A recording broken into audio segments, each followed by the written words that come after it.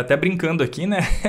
HTML puro é bem sem graça mesmo, assim, tal. É a marcação do nosso layout e tal, né? Tem essas regras de semântica e tal, mas eu sei que ainda tá tudo muito abstrato, mas como eu comentei, vamos continuar aqui na teoria e daqui a pouquinho a gente entra na prática e vai ficar tudo mais claro. Mas, sim, HTML é sem graça, às vezes é chato mesmo e tal, e aí a coisa fica tudo mais legal quando a gente entra no CSS. E é o que a gente vai ver agora, tá? Então, o que é CSS, né? Vamos começar pela definição.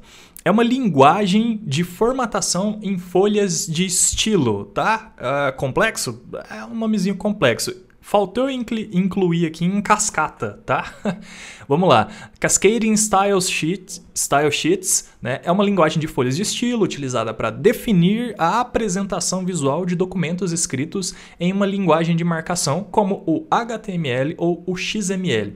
XML é um outro tipo de documento que também consegue ser lido pelo navegador, só que de uma maneira diferente, mas ainda assim a gente consegue aplicar CSS também a um XML, tá? Mas no nosso caso não se preocupe com isso, o que a gente vai trabalhar só com HTML e CSS, que é o mais adequado para front-end, design, páginas web, beleza?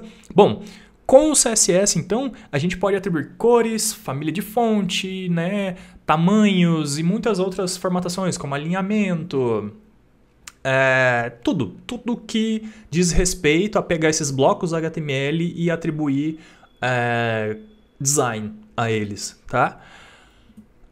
CSS3 é lindo. As funcionalidades que todo designer queria. Por que eu estou falando isso? Porque até a versão anterior do CSS, que eu acho que nem era chamado de CSS2, né, na verdade. Mas enfim, o CSS3, que é a versão mais recente também, ela trouxe novas funcionalidades e a gente vai aprender elas também, tá? Como eu acabei de comentar, é a versão mais recente e algumas das principais mudanças são efeitos de transição, tá? Então, quando eu digo efeito, é efeito mesmo de mover um elemento da esquerda para a direita, fazer ele fazer um fade in ou fade out, manipular esses elementos no espaço tridimensional, que antes também não era possível, tá? Aplicar sombras, borda arredondada e também a questão das media queries, que é o que vai permitir a gente fazer o design responsivo. Tudo isso veio com o CSS3, então ele abriu um mundo de novas possibilidades para a gente que trabalha na parte visual criativa, tá? E a gente vai ver como usar esses artifícios, né, essas propriedades novas do CSS, beleza? Bom, e como que a gente faz o CSS, tá? Basicamente, para a gente escrever um código CSS, a sintaxe é a seguinte: a gente tem um seletor, tá? O que é o seletor? É onde a gente vai fazer referência a qual elemento HTML a gente quer modificar, tá? Então, a gente tem esse seletor. Então, nesse caso aqui, ele começa sempre com um ponto, né? No caso, desculpa, tá errado aqui.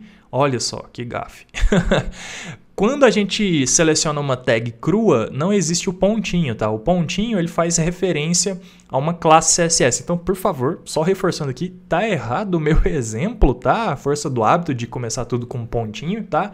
Mas, enfim, o que você precisa entender aqui na sintaxe é que existe um seletor, tá? A gente seleciona um elemento, nesse caso eu estou selecionando todos os H1 de um documento HTML qualquer, tá? Aí depois eu abro chaves, né? Falo a minha propriedade, então eu quero a propriedade color, tá? Ah, Brunão, de onde você sabe que existe essa propriedade? Da documentação. A gente vai também recorrer bastante à documentação do CSS para a gente saber quais propriedades a gente vai usar. Com o passar do tempo, você vai ter isso de cabeça, decorado, e você não vai precisar recorrer à documentação. Mas a gente vai dar uma olhada sim, tá? E então eu tenho a propriedade color e depois o valor. O valor, isso aqui é um código hexadecimal para cor. Se você é designer, você já sabe do que eu tô falando aqui. Se você não é designer, tá aprendendo aqui, tá fazendo nosso curso, esse código hexadecimal aqui são 6 caracteres, né? São 7 na verdade, mas ele sempre vai começar com esse símbolo aqui de hashtag, enfim, tralha. E aí depois ele segue 6 caracteres que formam uma cor. Esse código aqui, então, forma uma determinada cor. Beleza? Bom, essa é a sintaxe. Como eu acabei de falar, ele controla fontes, cores, margens, linhas, alturas, larguras, imagens de fundo, posicionamento e muitas outras coisas. Essas formatações são escritas através de classes, né? Classes CSS que a gente fala, que são um conjunto de regras que vai formatar a nossa tag. Então vamos lá. Agora sim eu vou falar de classe. Então eu acabei de alertar para você que esse pontinho aqui não existiria nesse exemplo, tá? Porque o pontinho é acrescentado quando a gente vai falar de classe, tá? E a classe é o seguinte, sempre ela vai ter o nome da classe, tá?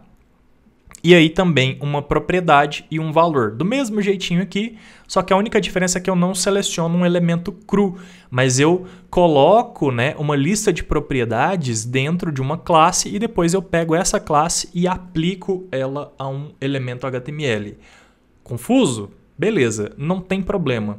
Tudo isso aqui que eu falei agora, a gente vai ver na próxima aula, na prática, onde eu vou trazer exemplos e você vai fazer comigo. E isso aqui vai ficar belezinha, chuchu beleza, tudo certinho e você vai entender tudo. Valeu? Então, te espero na próxima aula para a gente começar a escrever HTML e CSS.